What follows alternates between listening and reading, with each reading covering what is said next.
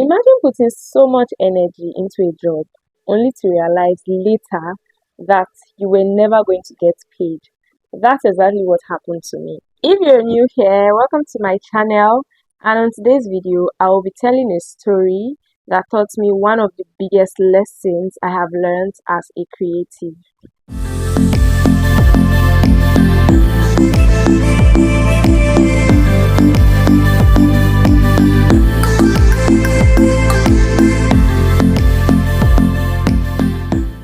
If you've been following me on my social media platform like TikTok or Facebook, you will know that I got my first paid gig August last year, and I went back for like an upgrade to upgrade my video editing skills, my videography skills, content creation skills, and all of that.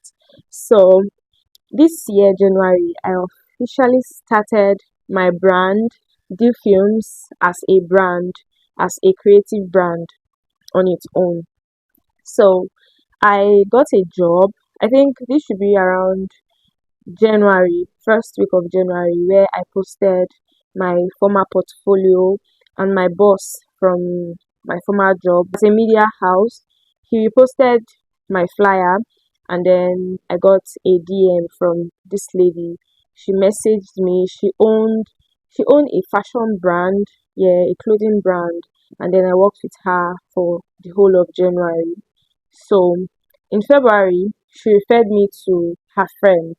That's how I got to meet this person. This particular day in February, I was trying to lose my 2 months old braid, and I got a message on WhatsApp. I got a message on WhatsApp. So I opened the message and then I replied.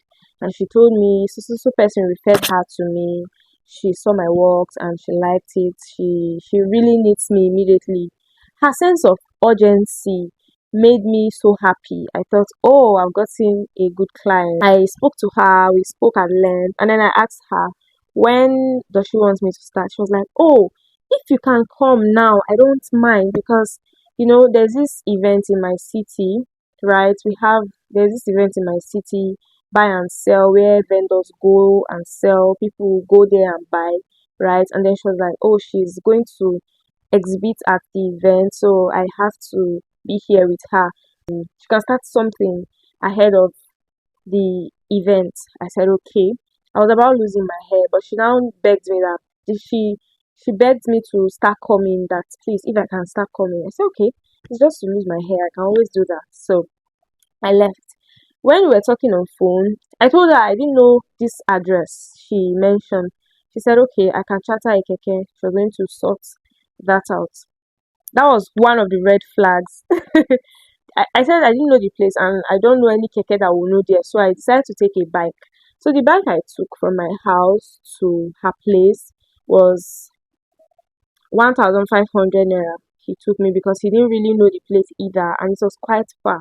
So when we finally got to the place, I mean, this thing happened in split seconds. I started talking to her like an hour ago. She called me that if I can start coming, she would really appreciate. That was my price. We'll talk about that when I come around. I was really happy. So when I got there, the second red flag was that I knocked the gates. While I was talking to her, I was outside the house. She said if there was anybody outside, like did I see any NEPA looking person? I said no. She said okay, that she's trying to hide from them. So she was like, I should check. I said I didn't see anybody, nobody was outside. And then she immediately opened the door and then let me in and then locked the door immediately. So when I got in, I met her daughter and her son. Yeah. They had so many things. Like when I say so many things, she had so many goods. It was so plenty, too plenty. She said they just came back from a fair in Kano or so, yeah. So they just came back from a fair in Kano. I'm like, oh, okay. So that's why you have so much. She said yes. I said okay. So we spoke, and then I told her what I'll be doing for her. My job is simple: take photos, make videos, and help you, tell you what to post and how to post it. I am not a social media manager. I am just a creative director, a content creator that will help you take good photos, make creative videos, and all of that. She agreed. And then I told her about my price. And she goes, ha, can I be able to afford you? You know, you have to help me so that I'll help you. And if you start working with me now, you will enjoy me. Oh. Hmm. I took that as a joke. I thought maybe it's just normal. You're trying to bargain with somebody now, and that's the thing they will tell you. So I said, okay, we started working. That day, I took about 82 pictures. Yes, I took 82 pictures of her product. Aside that, I was still helping out to do one or two, helping her do pick this, pick that, do this, do that. One thing I noticed about this lady, she's quite bossy. She know how to boss people around. Maybe because of her size, I don't know. But that's one thing I noticed. So I helped her. I did a lot of things. We were working. We were working. I think I came around past 10. We started working. I took photos. I did so much, and immediately I snapped those pictures. I also started editing it and adding prices and sizes of the product to the pictures. I was expecting her to say, okay, so how are we going to do with your money or so, but she didn't say anything until I was done. So I now told her that, okay, I don't work like this.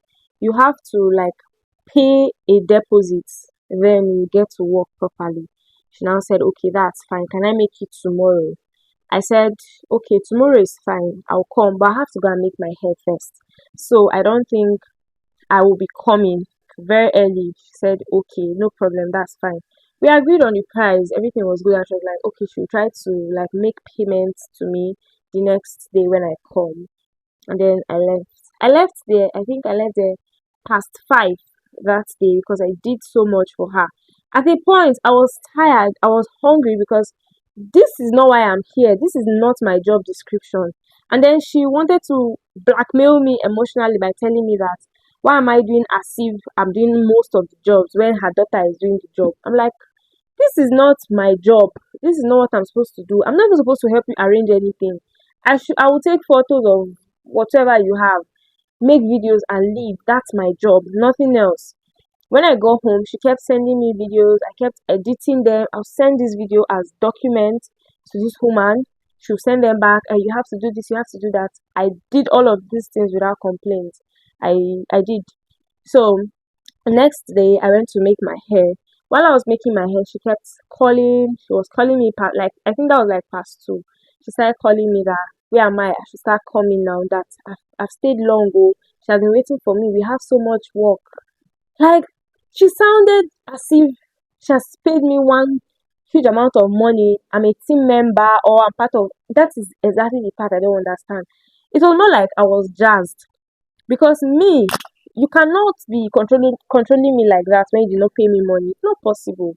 So after I was done making my hair, I still left where I made my hair to her house. I paid 1,000 naira for I used 1,000 naira to come from my hairstylist to hers for 1,000 naira the bike I took. The previous day where she said she was going to pay my transport fare, which she did not because she asked me how much and then I told her it was 1,500. She now say, ah, that's too much. Oh. But this was somebody that told me to charter a keke that she was going to pay. So when I was now leaving, she now gave me 700 naira that this is the only cash she has that she uses as the transport and go home. So I collected the money and then I left. So the next day when I came back, she was angry that why am I just coming? That we have a lot of work. That today is out of it too. That anything I'm doing today is not part of my job, kini whatsoever. And I'm like, okay. So I started working again, started making videos, doing all of these things. I was tired. This was like past 6 now, and then I told her that I have to be going. The next day was February 14th, and I had a job. That was when my first wedding gig came in. February 14th, I will not forget. I had a job, so I told her that I need to go home and prepare for my job, and I will not be able to work with you because I have.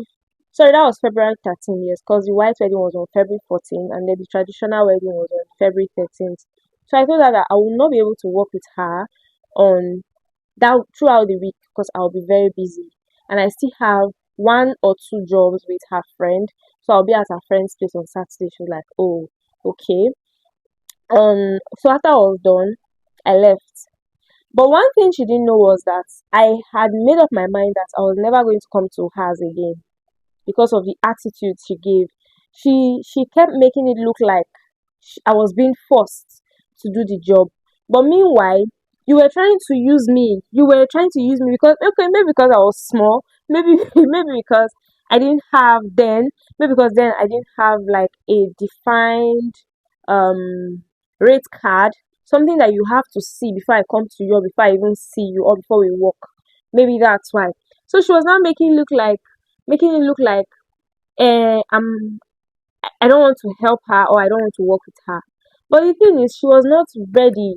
That was the truth. She was not ready to pay. She was not ready. She didn't feel the need to, oh, like maybe I deserve to be paid because she was like, these are small things now that she can do it. So it's just time she does not have, and then um her phone, and then she can do all of these things. She knows how to edit video. She knows how to edit video. She knows how to do a voiceover. She knows how to do that.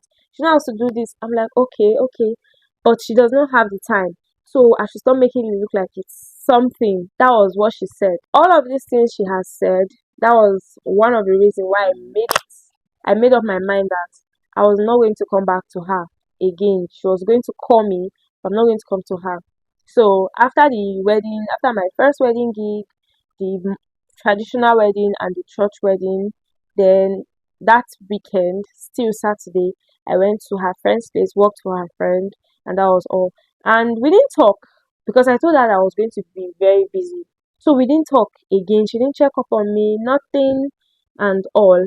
So it was after the fair, after they were done with the fair, that she now messaged me. I was like, what's up?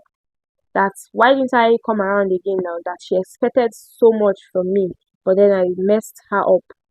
And I'm like, I have been sick. She goes, oh, okay, I see. I still have our chat. And I'm still so surprised because this is somebody that during her whole publicity content for the fair in my city, she worked with top influencers in my city. I am pretty sure, I am 100% sure that she didn't just work with them.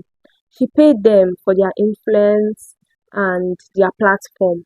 So I feel it's disrespectful to my person just because I don't have a huge following, just because I don't have the name yet. You feel, oh, you can just use this one now, just use it and pass time. That was exactly how I felt. And for the fact that when she finally reached out to me, I told her I was sick. She didn't even ask how I was, how I felt now, or how I was feeling at the moment. She just said, oh, I see. I still have the chat. And that was the last time I spoke to her or she heard from me. So immediately I blocked and deleted her number from my phone. And I do know anytime I see her on the timeline, I'll be like, see this one. So that experience taught me that desperation is dangerous, and people are quick to notice that. They are quick to smell that desperation, and the moment they notice, they are going to take advantage of you. That was exactly what happened to me. I practically worked for 2 days, worked and worked and worked, doing house girl job.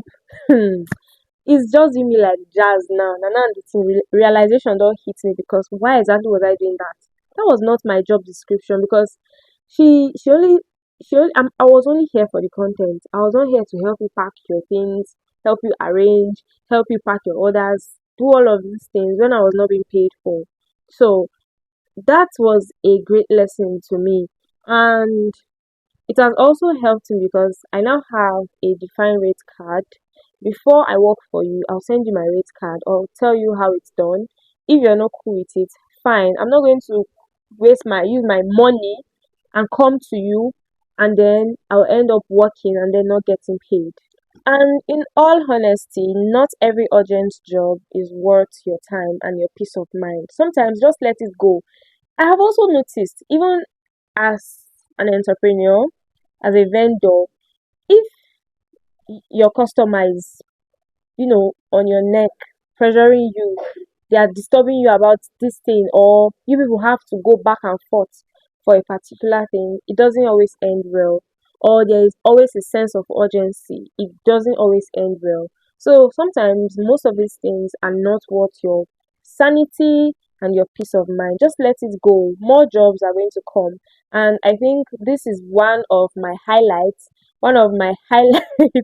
and a great lesson to me as a creative. If you have ever been in similar situation like this, leave me a comment in the comment section saying I relate. You are not alone. We plenty for here. It's just, you know, one of the downsides of starting, building a brand, building a business, all of that. If you enjoyed this story time, like, share, and subscribe for more. Until the next one, bye.